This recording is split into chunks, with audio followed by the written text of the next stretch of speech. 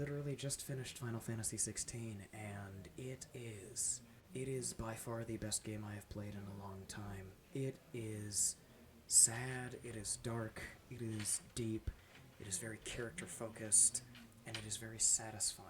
The gameplay is phenomenal. The story writing is phenomenal. Every actor, every performance, from the most significant to the least significant, is all phenomenal. It all kicks so much ass, like you can't even begin to understand how good it is. It is amazing. Everyone who owns a PS5 needs to own this game while it's exclusive to that platform, because as cool as the PC version's gonna be, you know it's gonna have like a plethora of issues. You know it's gonna have so much issues. Oh my word. Clive is such a compelling, intriguing protagonist because he's so full of hate, but he's also so full of love.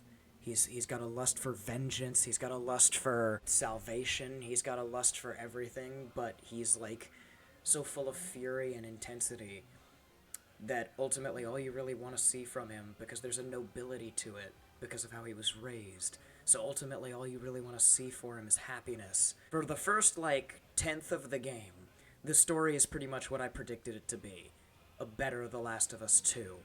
However, the story automatically goes in a better direction than The Last of Us 2 because the beloved character you thought was going to be unfairly killed in a brutal way turned out not to be dead in the first place. So, there's that. Everything that was wrong about Luna Freya in Final Fantasy 15 fixed. That is what Jill is.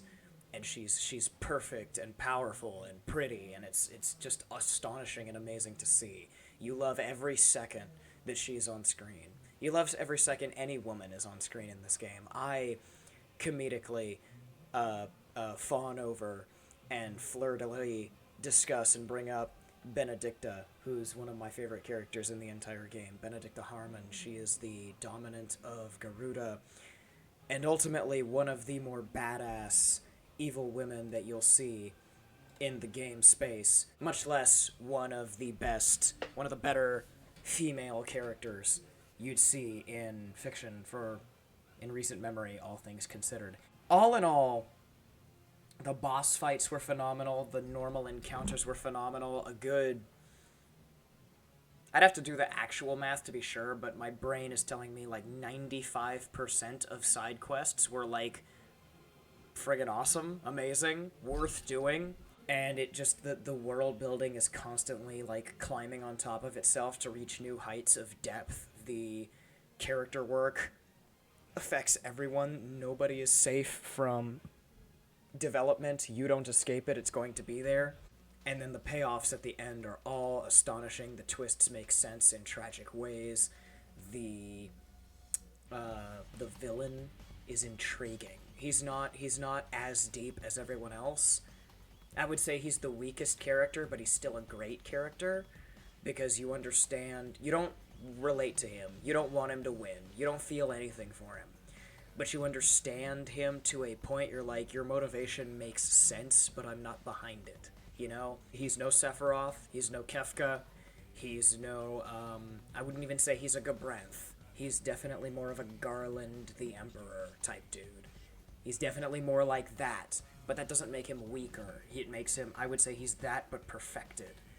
You get enough information about him to care when he's on screen, but you don't get so much that you get sick of him when he's on screen. Like, you know how some games will cut away to the villain for these extended cutscenes and you'll get sick of it? That's not going to happen with Ultima. You like Ultima because you know when he shows up, you either get scared or you get ready for a fight. Barnabas Tharm, Odin's dominant, is by far harder than the final boss. Everybody who, you like action games, play this game. You like RPGs, play this game. You like story, play this game.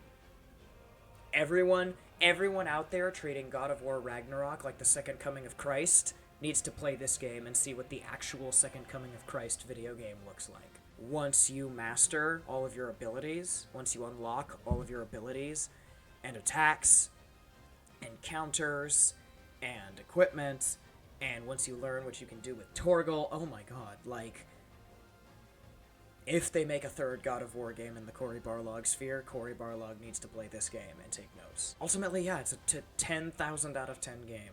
Everybody needs to play it. I can't wait to see it sweep at the Game Awards, and it better sweep, or else we have to finally sit back and admit that the Game Awards has an undeniable Japanese game bias, because oh my word. Square Enix, please make DLC for this game. I will buy it so quickly.